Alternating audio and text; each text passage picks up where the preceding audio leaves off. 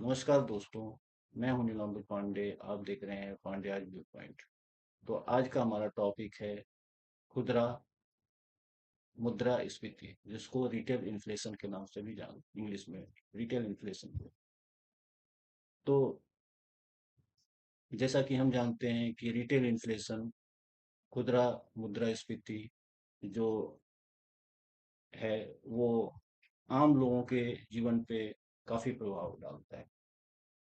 मतलब मुद्रास्फीति के बढ़ने से, रिटेल इन्फ्लेशन के बढ़ने से आम जनता पे उसका बोझ पड़ता है। हर चीज महंगा हो जाता है।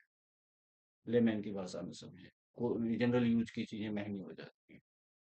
तो जैसा कि हम सभी जानते हैं कि कुछ सालों से भारत में ये काफी चर्चा है, और खास करके 2024 के जनरल इलेक्शन से पहले विपक्षी पार्टियों ने काफी इस पे हो हल्ला किया और ये आरोप लगाया कि मोदी सरकार के शासनकाल में महंगाई दर काफी बढ़ गया है, लोगों का जीना मुश्किल हो गया है। तो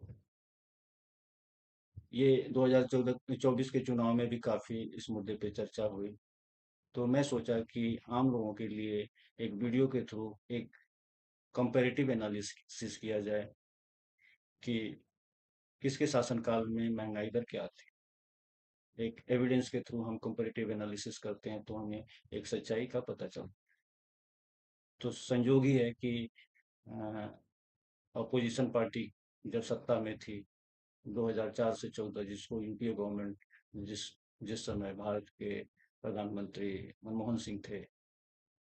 मनमोहन सिंह भारत के जाने माने, या यूं कहें कि भारत के सबसे बड़े अर्थशास्त्री माने जाते हैं। काफी पढ़े लिखे थे। वो रिजर्व बैंक के गवर्नर भी रहे, फाइनेंस सेक्रेटरी भी रहे, और फिर नरसिम्हा राव के शासनकाल में वो फाइनेंस मिनिस्टर बने, आरबीआई के गवर्नर बने, फिर उसके बाद फाइनेंस मिनिस्टर बने। और उनके शासनकाल के दौरान ही जब नरसिम्हा राव प्राइम मिनिस्टर थे तो भारत में काफी आर्थिक सुधार के लिए काम किए गए, जिसके लिए उनको क्रेडिट भी दिया। बट क्या हुआ जब वो प्रधानमंत्री बने, तो वो, चलिए उसके बारे में हम बाद में डिस्कस करेंगे। तो यूपी, ये संजोग ही है कि यूपीए सरकार भी 10 साल रही, और मोदी सरकार के भी अब 2024 में 10 साल पूरे हो गए। तो क्यों ना हम एक कंपैरेटिव एनालिसिस करें दोनों गवर्नमेंट के, जहाँ एक अर्थशास्त्री प्रधानमंत्री था, दूसरी तरफ एक जिसको कहते हैं कि चाय वाला एक प्रधानमंत्री बना 2014 में। तो दोनों ने अब भारत की अर्थव्यवस्था को कहाँ ले गए। लेकिन आज के टॉपिक में हम स्ट्रिक्ट रहेंगे कि हम सिर्फ इन्फ्लेशन पे बात करेंगे। साथ ही साथ हम दुनिया में क्या इन्फ्लेशन का रेट चल रहा है, कैसे, कौन दुनिया के बड़ी बड़ी कंट्रीज, वहाँ पे क्या इन्फ्लेशन रेट है, उसको भी एक काफ़ी हाई लेवल पे डिस्कस करेंगे।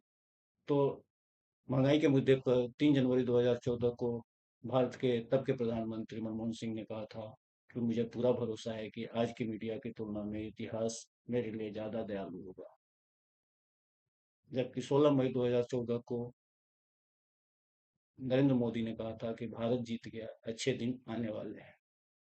तो चलिए स्टार्ट करते हैं कि महंगाई का क्या होता है। रिटेल महंगाई क्या होता है। रिटेल महंगाई जो हमारे डेली यूजेज की चीजें होते हैं, जैसे खाने की चीजें, कपड़े, गैस, यूटिलिटीज के जो जो भी चीजें हम कंज्यूम करते हैं, उसके रेट बढ़ने लगे। और जब तो हम उसको रिटेल इन्फ्लेशन, जिसको रिटेल इन्फ्लेशन कहते हैं। तो ऑब्वियसली आम जिंदगी, आम लोगों के जीवन पे इसका बहुत असर पड़ता है। तो हम चलिए स्टार्ट करते हैं, एक कंपैरेटिव एनालिसिस करेंगे कि किसके शासनकाल में क्या इन्फ्लेशन रेट था, ताकि हमें एक आइडिया मिले। यूपीए सरकार में 10 साल तक मनमोहन सिंह भारत के प्रधानमंत्री रहे, और उनके शासनकाल में रिटेल इन्फ्लेशन का दर क्या था। और 10 साल 2014 से 2024 तक नरेंद्र मोदी भारत के प्रधानमंत्री रहे, तो उनके शासनकाल में हमारा रिटेल इन्फ्लेशन क्या था। तो चलिए स्टार्ट करते हैं हम एक। तो यहाँ पे एनडीए या यूपीए सरकार, महंगाई की मार किसके शासनकाल में रही। तो 2004 से 14 के बीच में जब भारत के प्रधानमंत्री मनमोहन सिंह थे, तब भारत में एवरेज महंगाई दर जो था वो 8.2% था। राइट, 8.2% था। जबकि 10 साल के मोदी के शासनकाल में एवरेज महंगाई दर जो है वो 5% है।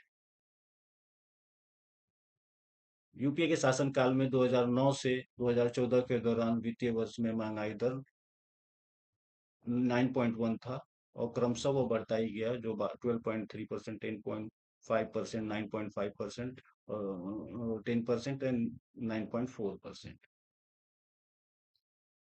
तो इस तरीके से उनके शासनकाल में, जब वो सत्ता में 2004 में आए, तो उस समय जब वाजपेयी जी प्रधानमंत्री थे, उस समय का जो हमारा महंगाई दर था वो ये था। अब ये जैसे ही, कभी ये डाउन गया नहीं, ये बिल्कुल ये अपवर्ड ट्रेंड में स्टॉक मार्केट की तरह ऊपर ही गया। और फिर 2010 के बाद 2000, हम ये कह सकते हैं कि 2009 में एक वर्ल्ड वाइड रिसेशन आया था, बट फिर भी ये यहाँ से फिर थोड़ा डाउन हुआ, 10 के बाद ये 9.4 तक, 2014 तक थोड़ा सा डाउन हुआ, फिर भी वो अराउंड 10% के रेंज में इन्फ्लेशन रेट रहा। और आगे हम देखते हैं कि एक कंपैरेटिव चार्ट है, जिसमें हम ये देखते हैं कि कौन से साल में NDA versus UPA government, UPA मतलब 2004 से 14 तक का शासनकाल, एनडीए मतलब 2014 से 2024 तक का शासन। तो ब्लू लाइन जो है वो यूपीए सरकार के समय का इन्फ्लेशन रेट है, जबकि ऑरेंज लाइन जो है वो एनडीए गवर्नमेंट के शासनकाल में रिटेल इन्फ्लेशन का रेट है। तो स्टार्ट करते हैं हम फर्स्ट ईयर, जब 2004 में ये मनमोहन सिंह प्रधानमंत्री, यूपीए गवर्नमेंट सत्ता में आई, तब उस समय अराउंड 4% के लगभग महंगाई दर था, जो अराउंड 4 पॉइंट, थोड़ा 4 पॉइंट से ऊपर रहा। थर्ड ईयर में ये 6% के राउंड गया। फिर फोर्थ ईयर में ये 6.5 के राउंड गया फोर्थ ईयर में। फिफ्थ ईयर में ये अराउंड 8% के लगभग चला गया। फिर उसके बाद सिक्स्थ ईयर में ये 7%, 8% के राउंड था। फिर सेवेंथ ईयर में ये 10, सॉरी सिक्स्थ ईयर में ये अराउंड 9% के लगभग चला गया। फिर इसके बाद 10%, 12%, इस तरीके से फिर यहाँ डाउन हुआ, 9% के राउंड आया एट्थ ईयर में। नाइन ईयर में 9 समथिंग था। और 10वें साल में भी वही, जैसा कि हमने यहाँ चार्ट पे देखा था कि 10वें साल में 9.8% था। तो हम ये कह सकते हैं कि महंगाई दर कंटिन्यूअसली जो उनको मिला था, उससे ये बढ़ता ही गया। और फिर थोड़ा सा डिप आया, बट फिर भी एवरेज महंगाई दर जो था वो 8 पॉइंट समथिंग, 8.2% था उनके शासनकाल। अब हम मोदी सरकार के 10 साल के शासनकाल में क्या रहा महंगाई दर, उस पर चर्चा करते हैं। तो मोदी सरकार के शासनकाल में एवरेज 6.5% के अराउंड उनको महंगाई दर मिला। उसको सेकेंड ईयर में वो बिलो अराउंड 4 के लगभग कर दिया महंगाई दर, 4 point something. Still 4 point, third year में वो 4 पॉइंट समथिंग रहा। फोर्थ ईयर में ये 4% से भी नीचे गया, 3 पॉइंट समथिंग, 7, 8 के अराउंड था। फिफ्थ ईयर में फिर वो फोर फोर बिलो 4 रहा। सिक्स्थ ईयर में भी 4 रहा। अब यहाँ अचानक महंगाई दर यहाँ से बढ़ता है। अब इसके पीछे के कारण और यहाँ के बढ़ने के पीछे का कारण भी हम डिस्कस करेंगे। तो 2009 के बाद एक दुनिया में आर्थिक मंदी आई थी, जिसके कारण पूरी दुनिया में उसका प्रभाव पड़ा।